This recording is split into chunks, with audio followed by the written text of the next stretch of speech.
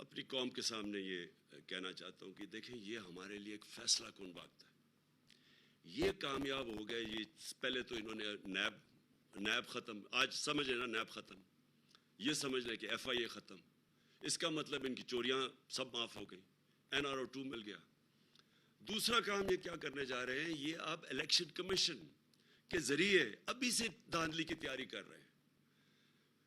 پہلے تو انہوں نے سب نے مل کے, اور وہ جو الیکشن کمیشن ہے EVM مشینز پہ ڈیلے کرتے گئے, کیونکہ اگر EVM مشین آ جاتی جو سارے دھاندلی کرنے کے طریقے وہ ختم ہو جانے تھے. جیسے ہی الیکشن ختم ہوتا ہے بٹن دباؤ رزلٹ آ جانا تھا. انہوں نے وہ ہونے نہیں دیا, اور جو ساری دھاندلی ہوتی ہے وہ جیسی الیکشن پولنگ ختم ہوتی ہے اور رزلٹ اناؤنس ہونے کے بیچ میں ساری طریقے ہوتے ہیں دھاندلی کرنے کے. تو پہلے تو وہ نہیں آنے دیا. پھر اوورسیز پاکستانی, ان کے لیے انہوں نے قانون, ان کو ووٹنگ ان کا حق لے لیا. پہلی چیز کہ وہ لوگ جو سب سے بڑا اثاثہ ہے اس ملک کا, بیرون ملک پاکستانی, جو یہاں ابھی آپ کو میں نے بتایا 31 ارب ڈالر جنہوں نے بھیجا اس ملک کو. دیکھ لیں کہ IMF نے کتنا ہمیں اب تک پیسے دیے یا امداد کتنی آئی ہے, اور دیکھ لیں کہ ان لوگوں نے اس ملک کے اوپر ہمارے اوپر کس طرح اس ملک کی خدمت کی ہے. ان کو یہ ووٹنگ رائٹ صرف اس لیے نہیں دے رہے کہ ان کو ڈر ہے کہ وہ ان کو ووٹ نہیں ڈالیں گے. تو اور دھاندلی کی تیاری ہو رہی ہے, وہ ہم پوری حلقہ بندیوں کے اندر ہمیں نظر آ رہی ہیں چیزیں. ہم پورا بھی اس پہ بھی عدالت میں جائیں گے کہ کس طرح انہوں نے لوگوں کی ووٹ ادھر ادھر کی ہے, کس طرح انہوں نے مینیج کی, اور ابھی سے تیاری کر رہے ہیں دھاندلی کی. کیونکہ یہ کبھی بھی دھاندلی کے بغیر یہ جیت نہیں سکتے, کیونکہ ان کے پبلک کے اندر تو نکل نہیں سکتے یہ آپ, جس طرح انہوں نے سازش کر کے اور اب جو لوگوں کی کمر توڑی ہے مہنگائی کے ذریعے. تو اس لیے اب یہ کریں گے کیا, انہوں نے سب سے پہلے اپنے کیسز ختم, اس کے بعد الیکشن کو کیسے انہوں نے دھاندلی کے ذریعے جیتنا ہے, اور تیسری چیز انہوں نے کیسے خوف پھیلانا ہے لوگوں کے. جس طرح انہوں نے ایک پرامن احتجاج کے اوپر جو ظلم کیا ہے پاکستان کی تاریخ میں, شاید کسی مارشل لاء میں ایسا ہوا ہو. کسی جمہوریت کے اندر میں نے اس طرح کا پولیس کو ظلم نہیں کرتے دیکھا جو انہوں نے کیا ہمارے لوگوں کے اوپر. اور مجھے افسوس سے کہنا پڑتا ہے کہ اس کے اوپر جو ہم رسپانس ایکسپیکٹ کر رہے تھے اپنے انصاف کے نظام سے, وہ ابھی تک ہمیں نہیں ملا. صرف تفتیش کر لیں کہ کس طرح انہوں نے عورتیں بچوں کے اوپر جو ظلم کیا ہے پولیس نے, اور یہ پلان کر کے کیا. جس طرح ماڈل ٹاؤن میں انہوں نے خوف پھیلانے کے لیے جو قتل کیے تھے لوگ, اور بچ گئے ابھی تک, کہ دن دہاڑے انہوں نے لوگوں کو 14 یا لوگوں کو قتل کیا اور 60 لوگوں کو گولیاں ماری, ٹی وی کے اوپر مار رہے تھے. اسی طرح یہ خوف پھیلانے کے لیے انہوں نے کیا. اور یہ جو FIR میرے اوپر, ہمارے اوپر, سب کے اوپر FIRs کاٹ دیے. یہ کبھی بھی نہیں ہوا کہ بلاسفمی کی FIR حکومت کاٹے کسی کے خلاف, یہ پاکستان کی تاریخ میں نہیں ہوا. وہ ہمارے اوپر انہوں نے FIRs کاٹی ہوئی ہیں, ہمارے لوگوں کے اوپر سب پہ FIR کاٹی ہوئی ہیں. تو یہ وہ خوف پھیلا کے کہ کسی طرح لوگ ڈر جائیں ان سے, اور یہ کسی طرح ڈرا کے لوگوں کو یہ اپنے کیسز ختم کروا کے الیکشن کمیشن کو ساتھ ملا کے یہ پھر سے جیت جائے. تو میں آج یہ اپنی ساری قوم کے سامنے رکھنا چاہتا ہوں کہ یہ ہمارے لیے ایک فیصلہ کن وقت ہے. ہمارے سامنے FIA کو جو انہوں نے کیا ہے, میں وہ FIA کے جو ڈاکٹر رضوان جو ان کے کیس کی تفتیش کر رہے تھے, ہارٹ اٹیک سے وہ مر گئے, کوئی ان کی ہسٹری نہیں تھی ہارٹ ڈیزیز کی. پھر ایک اصغر تھے, وہ بھی تفتیش کر رہے تھے FIA کے ان کے کیسز کے اوپر, اس کو ہارٹ اٹیک ہو گیا. اب آج ہم سنتے ہیں کہ مقصود چپڑاسی, جس کے اکاؤنٹ میں انہوں نے 4.25 ارب روپیہ 375 کروڑ روپیہ اس کے اکاؤنٹ میں ڈالا تھا, اور اس کو باہر بھگایا ہوا تھا دبئی, آج پتہ چلا وہ دبئی میں ہارٹ اٹیک سے مر گیا. میں یہ سمجھتا ہوں کہ ان سب کے اوپر تفتیش ہونی چاہیے. یہ ہو ہی نہیں سکتا کہ ان کے جب بھی کوئی کیسز ہوں, یا وہ LDA میں آگ لگ جاتی ہے ان کے ریکارڈز کے اندر. ہمارے دور میں کیوں نہیں کسی آگ لگی, کئی ریکارڈز جلے ہیں, ان کی کتنی دفعہ ریکارڈز جلے ہیں. یہ پورا مافیا اسٹائل ان کا آپریشن ہے. خوف پھیلاتے ہیں, لوگوں کو ڈراتے ہیں, پھر خریدتے ہیں, یا خریدتے ہیں یا ڈراتے ہیں. اس کے اوپر پوری تفتیش ہونی چاہیے کہ یہ مقصود چپڑاسی بھی ہارٹ اٹیک سے گیا, اور یہ دو بھی. اور پھر ایک FIA کے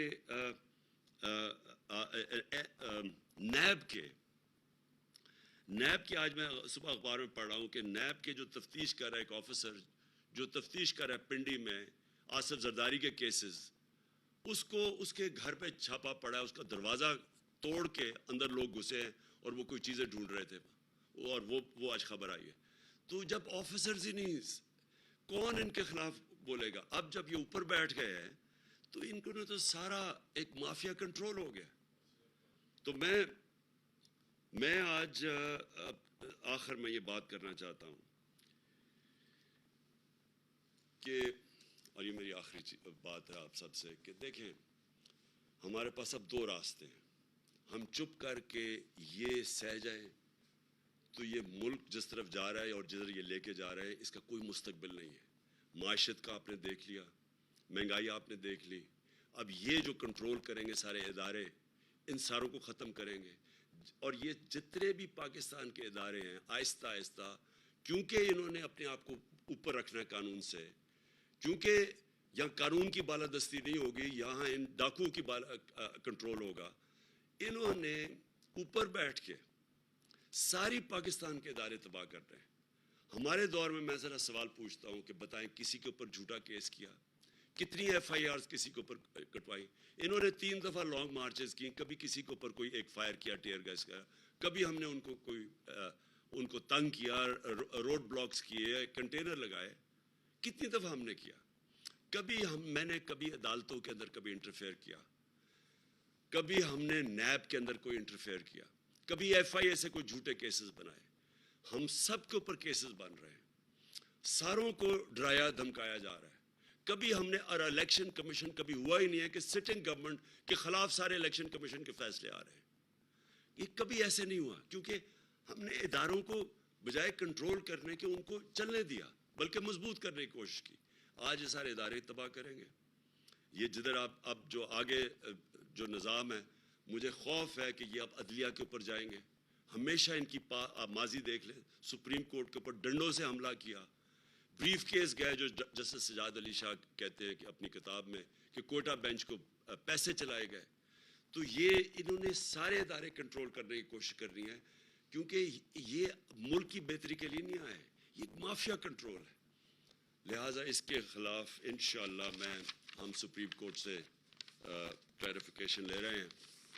اپنی جو ہمارا اگلے لائے عمل ہے لانگ مارچ کا، جیسے مجھے ملے گا میں اعلان کروں گا انشاءاللہ ایک ایسا احتجاج جو ہمارے شہری نکلیں گے اور کم از کم اپنی آواز بلند کریں گے. یہ جو یہاں اس ملک میں ہم سب کے سامنے یہ ظلم ہو رہا ہے. پاکستان پائندہ باد.